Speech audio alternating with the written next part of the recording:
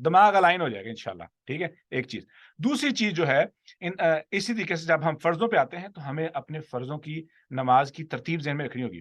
میرے استاد تھے, انہوں نے تسبیح کا طریقہ بتایا, تو میں جو سبحان اللہ الحمدللہ اللہ اکبر کی تسبیح ہے میں ہمیشہ بھول جاتا تھا جب میں انگلی پہ کرتا. انہوں نے کہا بیٹا آپ ایسے کیا کرو, شروع اس طرف سے کرو, like go from this way right and come back this way. آپ کبھی بھی نہیں بھولیں گے, because you know you are going this way, that means your first time, and coming this way that means your second round, اور پھر اس کے بعد آپ بند کر دیں, تو غلطی یہاں پہ نہیں ہوگی. اور وہ جو استاد بتا رہے تھے کہ جو رسول اللہ صلی اللہ علیہ وسلم کا جو مسنون طریقہ ہے تسبیح کرنے کا, وہ ہے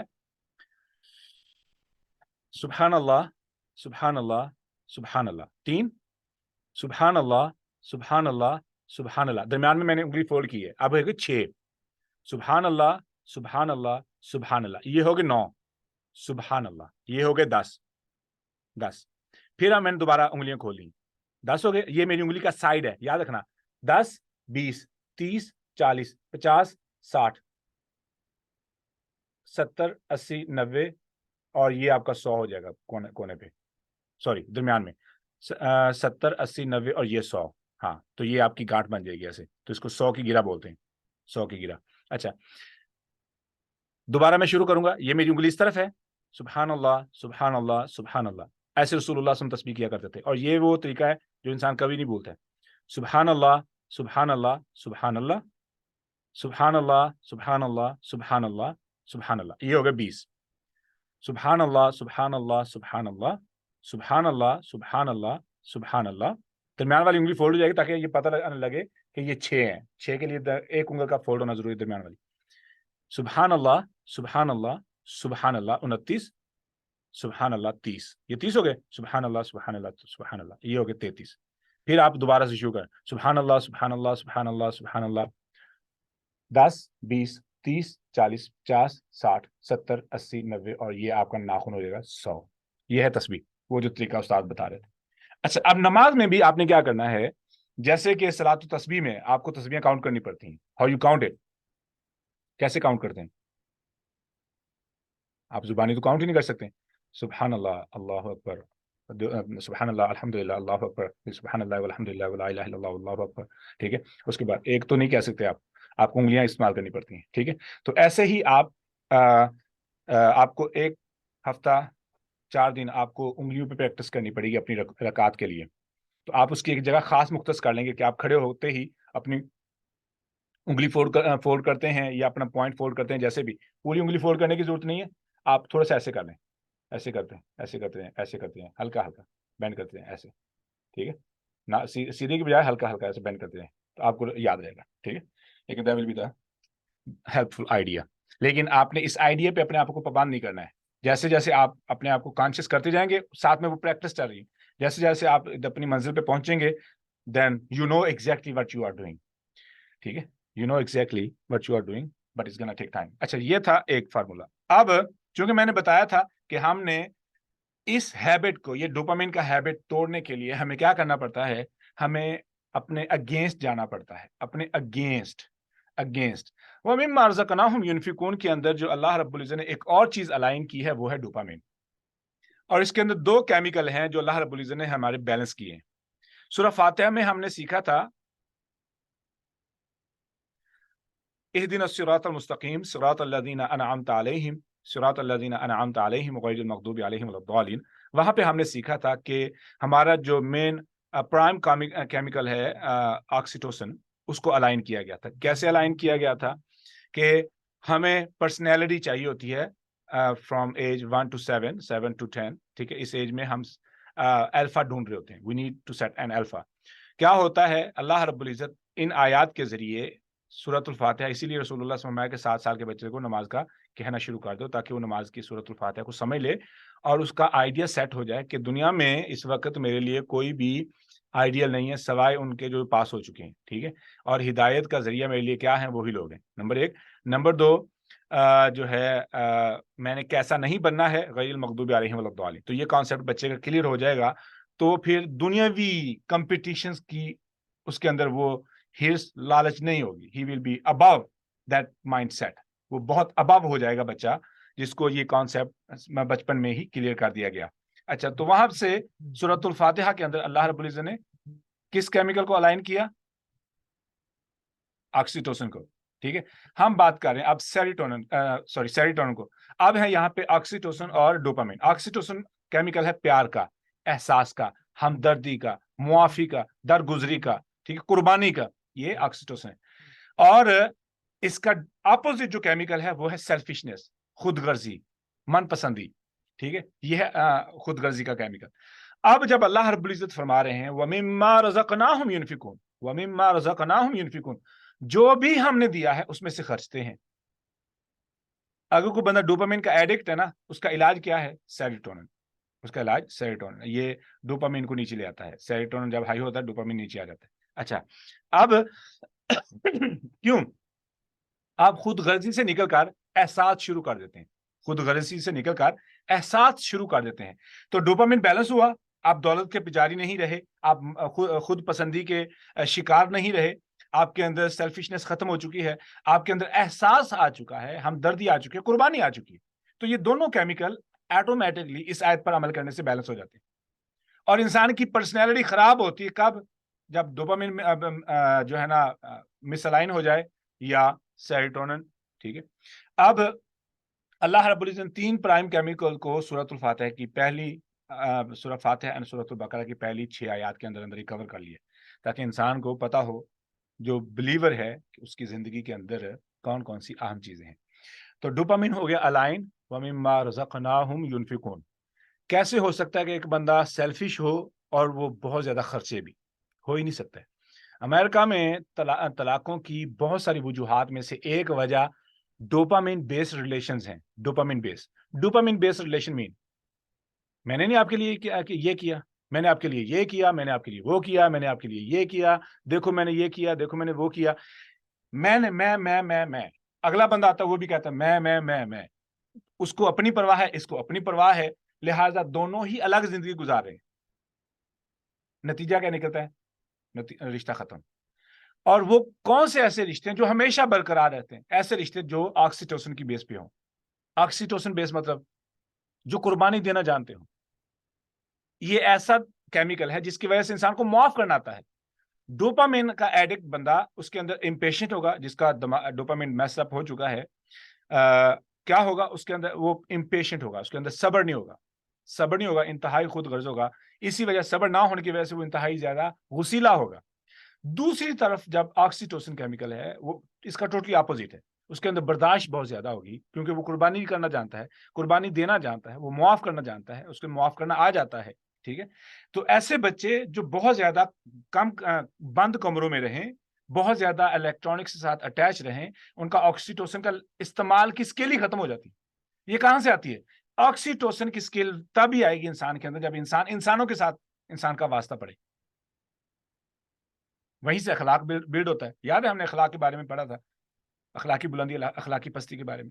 تو وہیں سے اخلاق آتا ہے. جب ایک بچہ بہت سارے بچوں کے اندر ہو, وہاں پہ لڑائی ہوتی ہے, ایک روتا ہے, ایک نہیں روتا, ایک ہنستا ہے, تو ایک دوسرے کو بار بار کھیلنے سے, لڑنے سے, جھگڑنے سے, ٹھیک ہے, ایک جو ہے نا وہ کانفیڈنس بھی ساتھ میں, معافی کا جو لیول ہے وہ بھی ڈیولپ ہوتا ہے, درگزری آتی ہے, برداشت آتی ہے, بہت ساری چیزیں.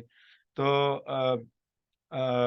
مجھے ایک خاتون ملی, کہنے لگی کہ میں 7 بہنوں کی 7 بھائیوں کی ایک بہن تھی, اور میرے سارے کے سارے بھائی زیادہ تر وہ ایتھلیٹ تھے یا باکسر تھے. کہنے لگے کہ جتنی انہوں نے باکسنگ مجھ پہ پریکٹس کی ہے نا اور جتنا انہوں نے مجھے دلیر کیا ہے, I can't even say that. پر کہنے لگی مجھے اللہ تعالیٰ نے, خدا نے 4 بیٹیاں دی ہیں. اب میں نے ان تمام اپنی بیٹیوں کو دیوار کے ساتھ چلا مار. میں نے کہا یہ کیا؟ کہنے لگی کہ جیسے بھائیوں نے میرے ساتھ سلوک کر کے مجھے کانفیڈنس دیا اور میرے اندر سے خوف ہی نکال دیا. اب ان کا کوئی بھائی نہیں ہے, اب ان کے ساتھ وہ کون کرے یہ حرکتیں, یہ لڑائیاں, یہ جھگڑے, یہ کون کرے؟ تو I have to be as a brother, so I have to fight with them. That's a silly thing, but it is good. تو ہوتا ہے بہن بھائی ایک دوسرے کے بال کھینچتے ہیں, ایک دوسرے کے ساتھ لڑتے ہیں, ایک دوسرے کے ساتھ کشتیاں کرتے ہیں, تو فائدہ کیا ہوتا ہے؟ ماں باپ کو بھی شاید علم نہ ہو, شاید ہم نے بھی پہلے نہ سوچا ہو کہ وہ بچے آپس میں ایک دوسرے کے ساتھ لڑنے کی وجہ سے, جھگڑنے کی وجہ سے, وہ ایک دوسرے کے ساتھ ہمدردی بھی, معاف کرنا بھی, کیونکہ بار بار صلح ہوتی ہے, معاف کرنا سیکھتے ہیں, کمیونیکیشن کرنا سیکھتے ہیں, برداشت کرنا سیکھتے ہیں. یہ ساری سکلز بلڈ ہوتی ہیں. ایون ایکچولی وہ صحیح معنی میں وہ سیروٹونن کا استعمال سیکھ رہے ہیں. تو یہ ہے اللہ رب العزت کی کمال حکمت, جو اللہ رب العزت نے بڑی خوبصورتی کے ساتھ جو کہا ہے نا, قرآن ہدایت ہے. قرآن ایسے ہی نہیں ہدایت, ہمیں معلوم ہی نہیں ہے کہ ہماری کسی کے ایون کہ باڈی, ہماری نفسیات کو الائن کیا جا رہا ہے, ہماری نفسیات کو الائن کیا جا رہا ہے بڑے ہی خوبصورت طریقے کے ساتھ. اب ہم چلتے ہیں اگلی آیت پر. اللہ اکبر, مجھے عادت ہے یہ ہلنے کی. I need to control that. Okay. اننی انا اللہ لا الہ الا انا فاعبدنی. یہ کہاں سے لیا ہے؟ اچھا, اگلی آیت ہے ہماری والذین یؤمنون بما انزل الیک وما انزل من قبلک وبالآخرۃ هم یوقنون. اور وہ لوگ جو ایمان لاتے ہیں, والذین, اور وہ لوگ یؤمنون جو ایمان لاتے ہیں, بما, اس چیز پر جو انزل, نازل کی گئی, الیک, آپ کی طرف. سر یہ ٹاپک ختم ہو گیا ہمارا, خشوع کے لیے انفاق کیوں ضروری ہے. ہاں نماز, ہاں خشوع والا میں نے پوائنٹ کلیئر کر دیا ہے. ڈوپامین کے بارے میں کافی ڈیٹیل سے بات کر لی ہے. ٹھیک. ہاں, اگر کوئی سوال ہے تو آپ کر سکتے ہیں اس بارے میں. ہم اگلی آیت پہ جا رہے ہیں.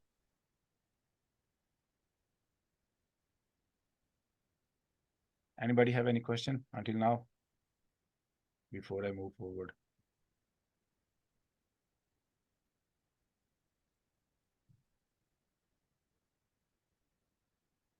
I hope it's clear. Okay. ایمان بالغیب, دنیا سے پرواہ دل کا سکون, praying with full understanding, جماعت, discipline. Okay. اگلی آیت ہے ہماری آیت نمبر 4. اس میں اللہ رب العزت نے فرمایا والذین, اور وہ لوگ یؤمنون جو ایمان لاتے ہیں, بما انزل الیک, اس چیز پر جو آپ کی طرف نازل کیا گیا, وما انزل من قبلک, اور وہ جو نازل کیا گیا من قبلک, آپ سے پہلے, وبالآخرۃ, اور آخرت پر, ہم یوقنون, وہ مکمل طور پر یقین رکھتے ہیں, مکمل طور پر یقین رکھتے ہیں. یہاں پہ یومنون نہیں آیا, یوقنون آیا. It's a difference, we'll see that انشاءاللہ. اب اس کا ترجمے پہ غور کیجیے گا. اگر آپ کے پاس قرآن مجید کھلا ہے تو قرآن مجید کی طرف دیکھیں اور نوٹس کریں ایک چیز. والذین, اور وہ لوگ, یؤمنون, جو ایمان لاتے ہیں, بما, اس چیز پر جو انزل, نازل کیا گیا, الیک, آپ کی طرف, وما انزل, اور جو کچھ نازل کیا گیا, من قبلک, آپ سے پہلے, وبالآخرۃ, اور آخرت پر, ہم یوقنون, وہ پختہ یقین رکھتے ہیں. ہونا یہ چاہیے تھا کہ والذین یؤمنون بما انزل من قبلک وما انزل الیک ہونا چاہیے تھا. ترجمہ کیا بنتا ہے؟ اور وہ لوگ جو ایمان لاتے ہیں اس پر جو آپ سے پہلے نازل کیا گیا اور آپ پر نازل کیا گیا. ایسا کیوں نہیں ہے؟ کوئی بتائے گا کیا فرق ہے اگر ایسا ہوتا تو؟ سر ایک بار ریپیٹ کریں گے, یا مجھے کنفیوژن ہو گیا آپ نے کیا کہا. وہ لوگ جو ایمان لاتے ہیں, ترجمہ تو ابھی تو یہ ہے نا, ابھی ترجمہ کیا ہے؟ وہ لوگ جو ایمان لاتے ہیں جو آپ پر نازل کیا گیا. اب رسول اللہ صلی اللہ علیہ وسلم از دا فرسٹ, ٹھیک ہے, آپ پر نازل کیا گیا, اور جو آپ سے پہلے نازل کیا گیا. جبکہ تاریخ کی ترتیب کے مطابق ہونا یہ چاہیے وہ لوگ جو ایمان لاتے ہیں اس پر جو آپ سے پہلے نازل کیا گیا اور جو آپ پر نازل کیا گیا. رسول اللہ صلی اللہ علیہ وسلم کو آخر میں ہونا چاہیے, کیونکہ وہ آخری پیغمبر ہے نا. ایسا کیوں نہیں ہوا؟ کیونکہ ڈائریکٹ تو قرآن رسول اللہ صلی اللہ علیہ وسلم پہ نازل ہو رہا ہے, تو پہلے ان سے مخاطب ہو کے ان سے کہا, پھر بتایا کہ اور جو تم سے پہلے بھی آئے ان پر بھی. اوکے, اس کے علاوہ ایسے گڈ ٹرائی, ماشاءاللہ. جی, اور کون بتائے گا؟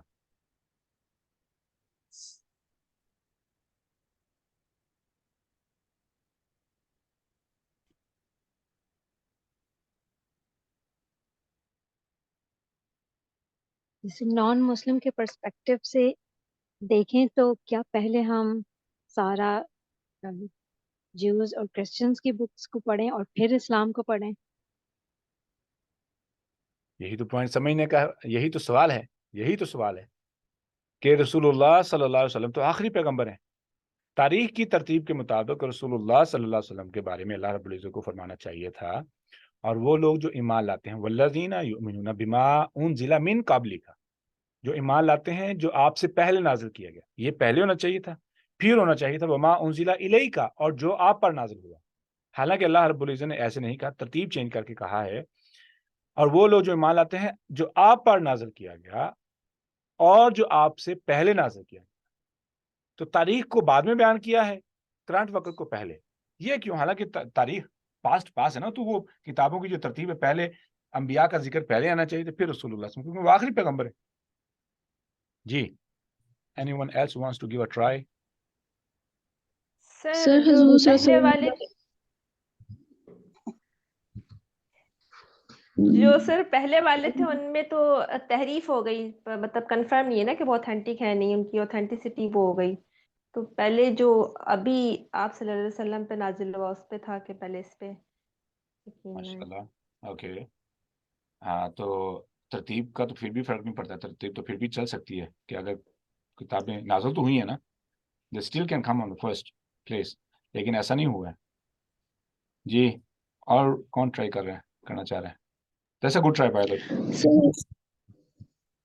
سر حضور صلی اللہ علیہ وسلم پر ایمان لانے کی امپورٹنس کو ظاہر کرنا کہ پہلے اگر تم ایمان لاتے ہو لیکن ان پر ایمان لانا ضروری ہے، ماشاء اللہ۔ اس سے پہلے ان کا ذکر کیا گیا۔ جی، اس کے علاوہ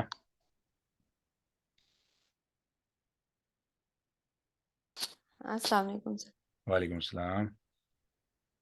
سر جو پہلے کی تعلیمات تھی، جو 4 کتابیں تھی، وہ مخصوص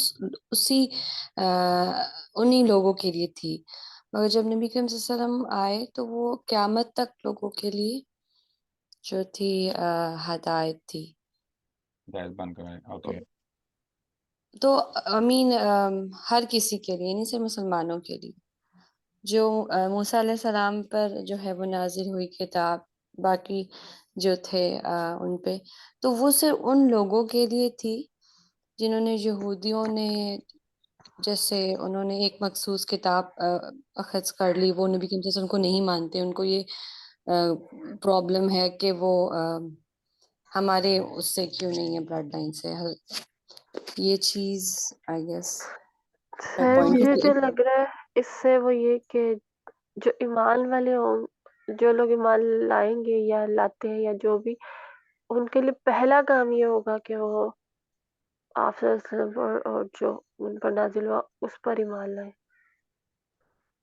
That is good۔ اگر ایک یہ بات بھی ہو سکتی کہ حضور صلی اللہ علیہ وسلم کے اوپر ٹوٹلی 100% جب ایمان لے آئے، تو اب وہ جو بات ہماری پرانی تکفیر کی اور جو باتیں بتائیں گے، تو پھر ان کے کہے ہوئے ہر بات پہ ایمان لے آئیں گے، کیونکہ وہ نبی پہ ایمان لا رہے ہیں۔ تو سب سے پہلے کہا ہے کہ جو تمہارے اوپر نازل ہوا اس پر ایمان لے آئے۔ جب اس پر ایمان لائیں گے تو پھر سب پرانی چیزوں کی وہ جو غلط ہے وہ بتائیں گے نبی کہ یہ غلط تھا اور یہ تکفیر ہوئی ہے اور یہ انحراف ہوا ہے، تو وہ سب چیز ہی پہ ایمان لے آئیں گے، کیونکہ وہ نبی اس نبی پہ ایمان لاتے ہیں۔ تو اس لیے کہا اس قرآن پہ پہلے یقین کرو، تو اس سے پہلے پھر یہ جو بتائیں گے نبی صلی اللہ علیہ وسلم ڈسکرپشن، پھر تم پوری پچھلی چیزوں پہ بھی ایمان لے آؤ گے۔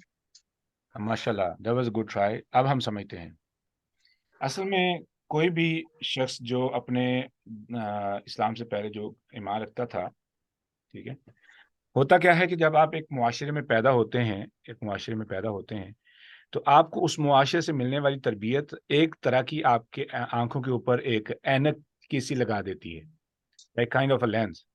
تو آپ بہت ساری چیزوں کو انہی لینس کے ذریعے سے دیکھتے ہیں۔ مثال کے طور پر میں بچپن سے پیدائشی مسلمان ہوں، مثال کے طور پر، رائٹ؟ تو بہت سی ایسی چیزیں جو مجھے بچپن میں تربیت کے طور پر مجھے پیرنٹ سے ملی ہیں، معاشرے سے ملی ہیں، اب میرے لیے وہ 100% فیکٹ ہیں، وہ ٹروتھ ہیں، ٹھیک ہے، اور میں نے اس کے لیے کوئی تحقیق نہیں کی، کرنے کی ضرورت بھی نہیں پیش آئی، کیوں؟ کسی نے چیلنج نہیں کیا۔